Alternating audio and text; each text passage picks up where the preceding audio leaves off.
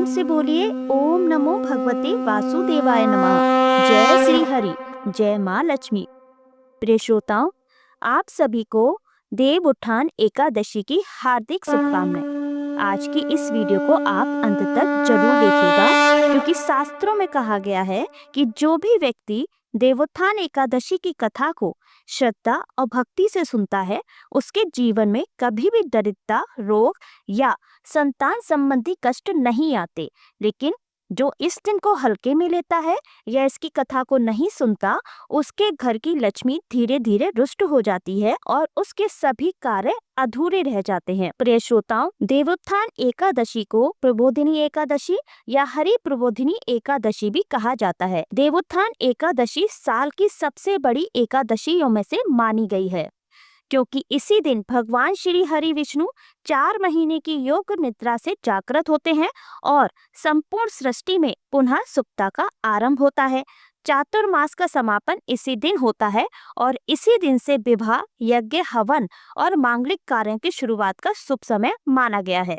एकादशी का व्रत बिना कथा का पाठ किए अधूरा माना जाता है और इस दिन कथा का पूरी श्रद्धा से पाठ या श्रवण करने पर व्रत के पूर्ण फल की प्राप्ति होती है। तो आज की इस वीडियो में आप सभी सुनेंगे एकादशी व्रत की प्रमुख कथा है और साथ ही आप सुनेंगे देव उठाने का एक प्रमुख प्रचलित गीत भी। आज की यह वीडियो आप पूरा देखने के बाद अगर अच्छी लगे तो लाइक अवश्य करिएगा। तो चलिए भगवान श्री हरि विष्णु का ध्यान करते हुए श्रवण करते हैं एकादशी की प्रमुख कथा। एक बार एक राजा था। उसके राज्य में प्रजा हर प्रकार से सुखी थी। वह राजा भगवान विष्णु का परम भक्त था और नियम पूर्वक एकादशी के व्रत का पालन करता था। एकादशी के दिन उस राजा के राज्य में कोई भी अन्न ग्रहण नहीं करता था। यहाँ तक कि कोई भी उस दिन ना तो अन्न खरीदता था और ना ही कोई बेचता था। सभी फलाहार करते थे। एक बार भगवान ने राजा की परीक्षा लेनी चाहिए। तब भगवान श्री हरि एक सुंदर रूप धारण करके सड़क किनारे बैठ गए। तभी राजा उधर से निकला और सुंदरी को देखकर चकित रह गया। फिर राजा ने उससे पूछा कि हे सुंदरी, तुम हो कौन और इस तरह यहाँ पर क्यों बैठी हो? तब सुंदर स्त्री बने भगवान बोले, राजन, मैं बेसहारा हूँ। इस नगर में कोई मेरे जान पहचान का नहीं है। मैं किससे सहायता मांगू? राजा को उसके रूप पर मोहित हो गया। कहने लगा, तुम मेरे साथ मेरे महल में चलकर मेरी रानी बनकर रहो। सुंदरी बोली, मैं आपकी हर बात मानूंगी, पर आपको राज्य का अधिकार मुझे सौंपना होगा। आपके राज्य पर पूरा अधिकार केवल मेरा होगा और हे राजन, मैं जो भी बनाऊंगी वही तुम्हें खाना होगा। राजा तो उसके रूप पर मोहित था, इसलिए उसने उसकी सभी शर्तें स्वीकार कर ली। अगले दिन एकादशी का पवित्र दिन आया। अब तो रानी ने सभी को आदेश दिया कि बाजार में अन्य दिनों की तरह अन्न बेचा जाए। उसने घर में मांस, मछली आदि पकवाए तथा परोसकर राजा से खाने के लिए कहा। यह देखकर राजा बोला, रानी, आज तो एकादशी है, मैं तो केवल फलाहार ही करूंगा। तब रानी ने शर्त की बात याद दिलाई और राजा से कहा, या तो आप खाना खाओ, नहीं तो मैं बड़े राजकुमार का सिर काट लूंगी। अब तो राजा बड़े असमंजस में पड़ गया। राजा ने अपनी यह स्थिति बड़ी रानी से कही तो बड़ी रानी बोली, महाराज, आप अपना धर्म मत छोड़िए, बड़े राजकुमार का सिर दे दीजिए। पुत्र तो फिर भी मिल जाएगा, परंतु धर्म नहीं मिलेगा। इतनी ही देर में बड़ा राजकुमार खेलकर आ गया। माँ की आंखों में आंसू भरे देखकर वह उनसे रोने का कारण पूछने लगा। तब माँ ने उसे सारा हाल बता दिया। तब वह बोला, माँ, मैं अपना सिर देने को तैयार हूँ। पिताजी के धर्म की रक्षा होगी और जरूर होगी। राजा दुखी मन से राजकुमार का सर देने के तैयार हुआ तो रानी के रूप से भगवान श्री विष्णु ने प्रकट होकर असली बात बताई और कहा, राजन, मैं तो तुम्हारी परीक्षा ले रहा था और इस कठिन परीक्षा में तुम सफल हुए। तब भगवान ने प्रसन्न मन से राजा से वर मांगने को कहा। राजा बोला, प्रभु, आपका दिया हुआ सब कुछ है, आप कृपया हमारा उद्धार कीजिए। ठीक उसी समय एक दिव्य विमान वहां उतरा। राजा ने अपना राज्य पुत्र को सौंप दिया और वह विमान में बैठकर परम धाम को चला गया। बोलिए श्री हरि विष्णु की जय। आइए श्रवण करते हैं दूसरी कथा। पौराणिक कथा के अनुसार एक राज्य में सभी लोग एकादशी व्रत रखते थे। उस दिन नगर के किसी भी व्यक्ति या पशु पक्षी को अन्न का एक दाना भी नहीं दिया जाता था। एक समय ऐसा हुआ कि किसी दूसरी जगह का व्यक्ति राजा के दरबार में पहुंचा और नौकरी देने की प्रार्थना करने लगा। तब राजा ने कहा कि नौकरी तो ठीक है, लेकिन शर्त यह है कि माह में 2 दिन एकादशी व्रत के दिन अन्न नहीं मिलेगा। राजा ने नौकरी की यह शर्त उसको बता दी। उस व्यक्ति ने नौकरी के लिए राजा की शर्त मांग ली। अगले माह एकादशी व्रत था। उस दिन उसे अन्न नहीं मिला। उसे फलाहार की सामग्री दी गई।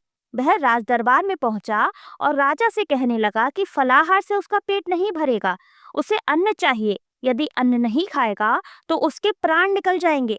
वह राजा के सामने गिड़गिड़ाने लगा। राजा ने उस व्यक्ति को नौकरी की शर्त याद दिलाई, फिर भी वह राजा से अन्न की मांग करता रहा।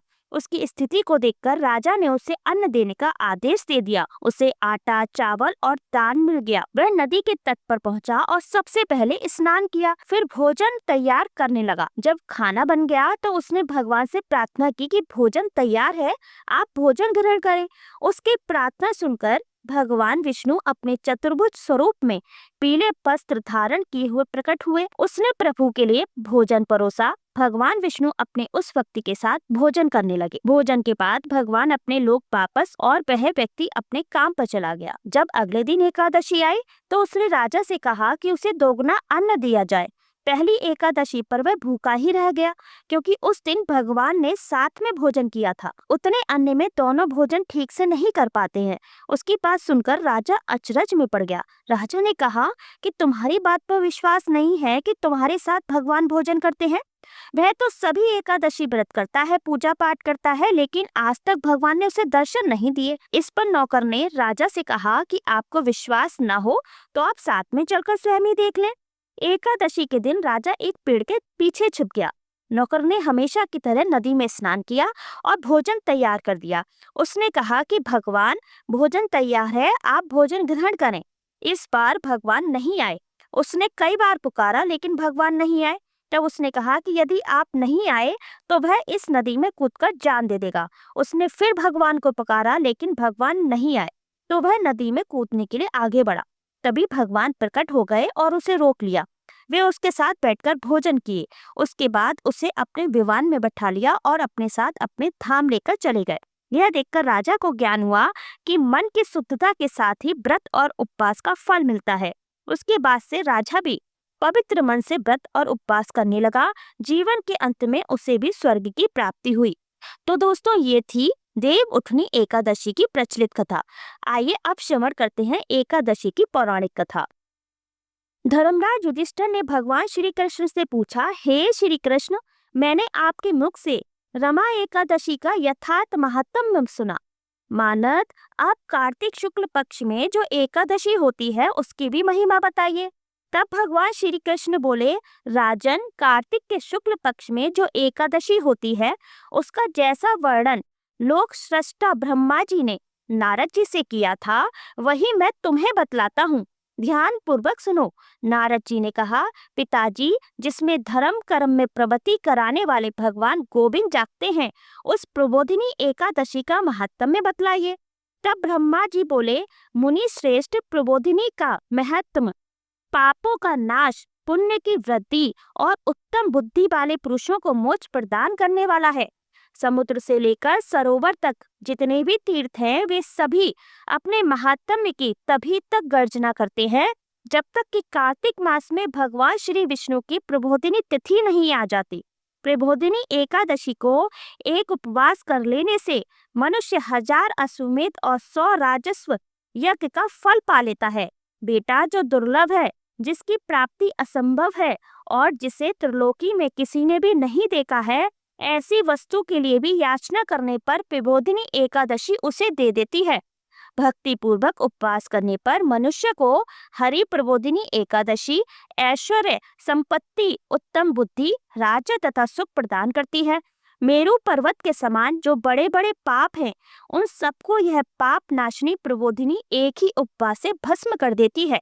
पहले के हजारों जन्मों में जो पाप किए गए हैं, उन्हें प्रबोधिनी की रात्रि का जागरण रुई की ढेरी के समान भस्म कर डालता है। जो लोग प्रबोधिनी एकादशी का मन से ध्यान करते हैं और जो इसके व्रत का अनुष्ठान करते हैं, उनके पितर नरक के दुखों से छुटकारा पाकर भगवान विष्णु के परम धाम को चले जाते हैं। ब्राह्मण, अश्वमेध आदि यज्ञों से भी जिस फल की प्राप्ति कठिन है, वह प्रबोधिनी एकादशी को जागरण करने से अनायास मिल जाता है। संपूर्ण तीर्थों में नहाकर स्वर्ण और पृथ्वी दान करने से जो फल मिलता है, वह श्री हरि के निमित्त जागरण करने मात्र से मनुष्य प्राप्त कर लेता है। जैसे मनुष्यों के लिए मृत्यु अनिवार्य है, उसी प्रकार धन संपत्ति मात्र भी क्षण भंगुर है। ऐसा समझकर एकादशी का व्रत करना चाहिए। तीनों लोकों में जो कोई भी तीर्थ संभव है, वे सब प्रबोधिनी एकादशी का व्रत करने वाले मनुष्य के घर में उपस्थित रहते हैं। कार्तिक की हरि प्रबोधिनी एकादशी पुत्र तथा पौत्र प्रदान करने वाली है। जो प्रबोधिनी को उपवास करता है, वही ज्ञानी है, वही योगी है और वही तपस्वी और जितेंद्रिय है तथा उसी को भोग और मोक्ष की प्राप्ति होती है। बेटा, प्रबोधिनी एकादशी को भगवान विष्णु के उद्देश्य से मनुष्य जो स्नान, दान, तप और जप और होम करता है, वह सब अच्छे होता है। जो मनुष्य उस तिथि को उपवास करके भगवान माधव की भक्ति पूर्वक पूजा करते हैं, वे 100 जन्मों के पापों से छुटकारा पा जाते हैं। इस व्रत के द्वारा देवेश्वर जनार्दन को संतुष्ट करके मनुष्य संपूर्ण दिशाओं को अपने तेज से प्रकाशित करता हुआ श्री हरि के बैकुंठ धाम को जाता है। प्रबोधिनी को पूजित होने पर भगवान गोविंद मनुष्यों के बचपन, जवानी और बुढ़ापे में किए हुए 100 जन्मों के पापों को, चाहे वे अधिक हो या कम, धो डालते हैं। अतः सर्वथा प्रयत्न करके संपूर्ण मनोवांछित फलों को देने वाली देवाधिदेव जनार्दन की उपासना करनी चाहिए। बेटा, नारद जो भगवान विष्णु के भजन में तत्पर होकर कार्तिक में पराय अन्न का त्याग करता है, वह चंद्रायण व्रत का फल पाता है। जो प्रतिदिन शास्त्रीय चर्चा से मनोरंजन करते हुए कार्तिक मास व्यतीत करता है, वह अपने संपूर्ण पापों को जला डालता है और 1000 यज्ञों का फल प्राप्त करता है। कार्तिक मास से शास्त्रीय कथा के कहने सुनने से भगवान मधुसूदन को जैसा संतोष होता है, वैसा उन्हें यज्ञ, दान अथवा जप आदि से भी नहीं होता। जो शुभ कर्म परायण पुरुष कार्तिक मास में एक या आधे श्लोक से भी भगवान विष्णु की कथा वाँचते हैं, उन्हें 100 गोदान का फल मिलता है। महामुनि, कार्तिक में भगवान केशव के सामने शास्त्र का स्वाध्याय तथा श्रवण करना चाहिए। मुनि श्रेष्ठ जो कार्तिक में कल्याण प्राप्ति के लोभ से श्री हरि की कथा का प्रबंध करता है, वह अपनी 100 पीढ़ियों को तार देता है। जो मनुष्य सदा नियम पूर्वक कार्तिक मास में भगवान विष्णु की कथा को सुनता है, उसे सहस्त्र गोदान का फल मिलता है।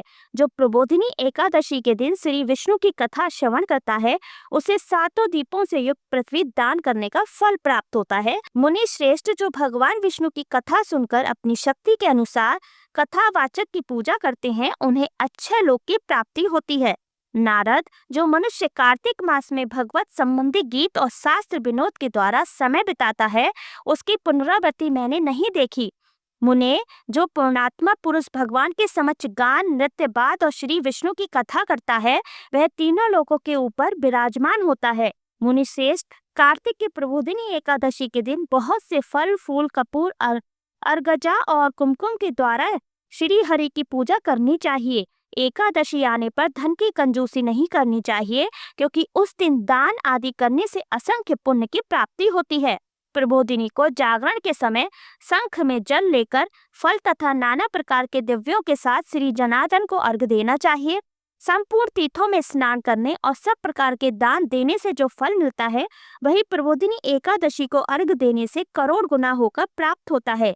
देवऋषि अर्घ देने के पश्चात भोजन, अच्छादान और दक्षिणा आदि के द्वारा भगवान विष्णु की प्रसन्नता के लिए गुरु की भी पूजा करनी चाहिए। जो मनुष्य उस दिन श्रीमद् भागवत गीता का कथा सुनता अथवा पुराण का पाठ करता है, उसे एक एक अक्षर पर कपिला दान का फल मिलता है।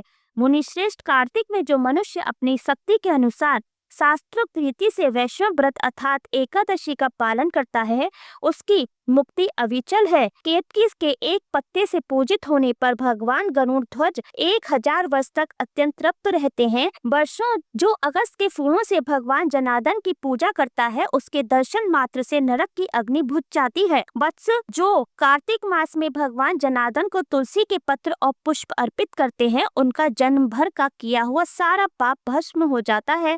मुने जो प्रतिदिन दर्शन, स्पर्श, ध्यान, नाम कीर्तन, स्तवन, अर्पण, सिंचन, नित्य पूजन और नमस्कार के द्वारा तुलसी में नव प्रकार की भक्ति करते हैं, वे कोटि सहस्त्र युगों तक पुण्य का विस्तार करते हैं। नारद सब प्रकार के फूलों और पत्तों को चढ़ाने से जो फल मिलता है, वह कार्तिक मास में केवल तुलसी के एक पत्ते से ही मिल जाता है।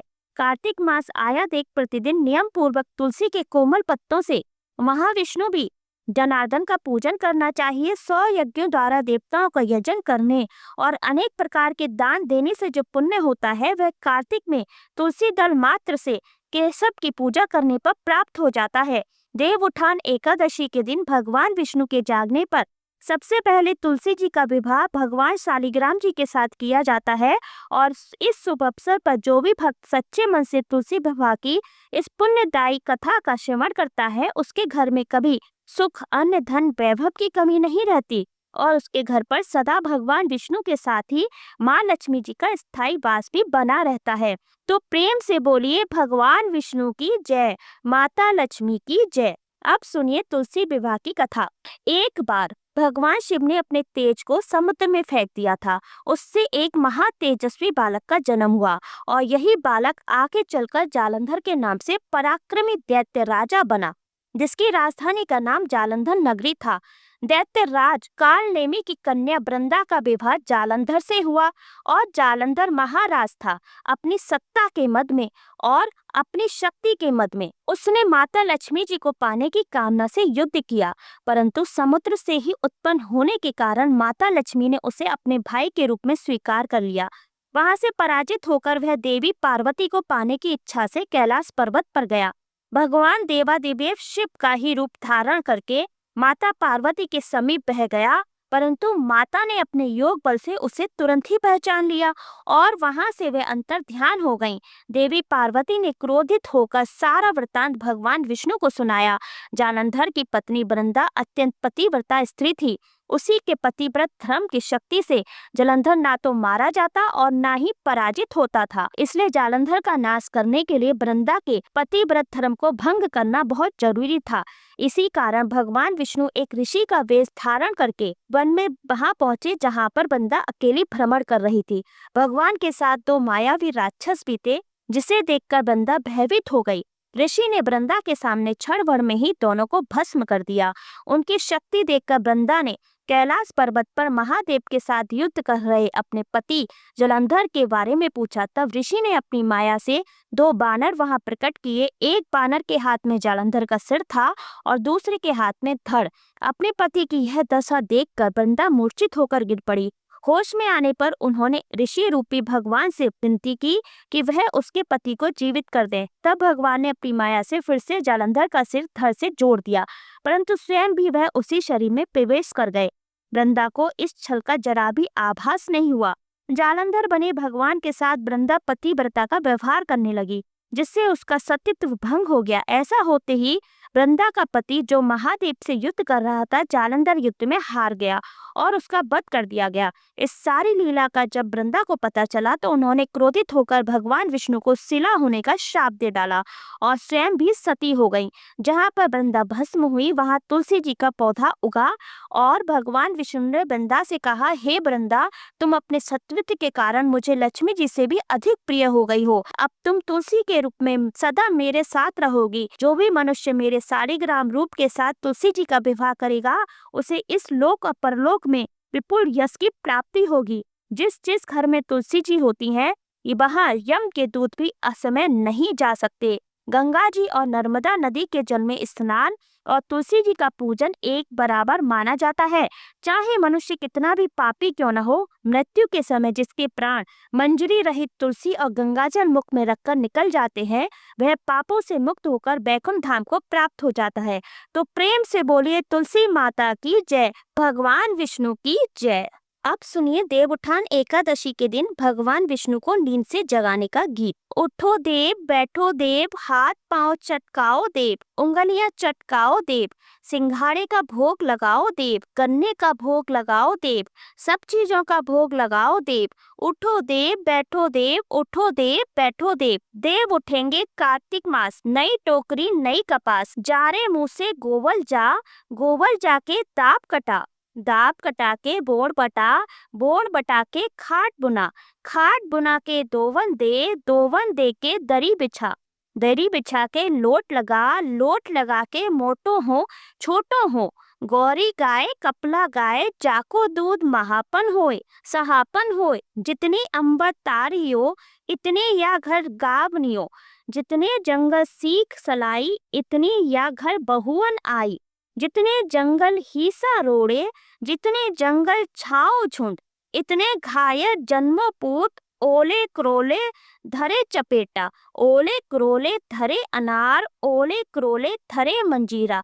उठो देव, बैठो देव, हाथ पांव चटकाओ देव। बोलिए भगवान विष्णु की जय। प्रिय श्रोताओं, उम्मीद करते हैं आपको हमारी ये कथाएं अवश्य पसंद आ रही होंगी। पसंद आ रही हैं तो लाइक अवश्य कर दीजिए और हमारे चैनल तिथि लोक कथा को सब्सक्राइब करके बेल आइकन का बटन अवश्य ही दबा दीजिए। मिलते हैं अपनी एक नई जानकारी और एक नई कथा के साथ। तब तक के लिए धन्यवाद। जय श्री राम। ओम नमः शिवाय।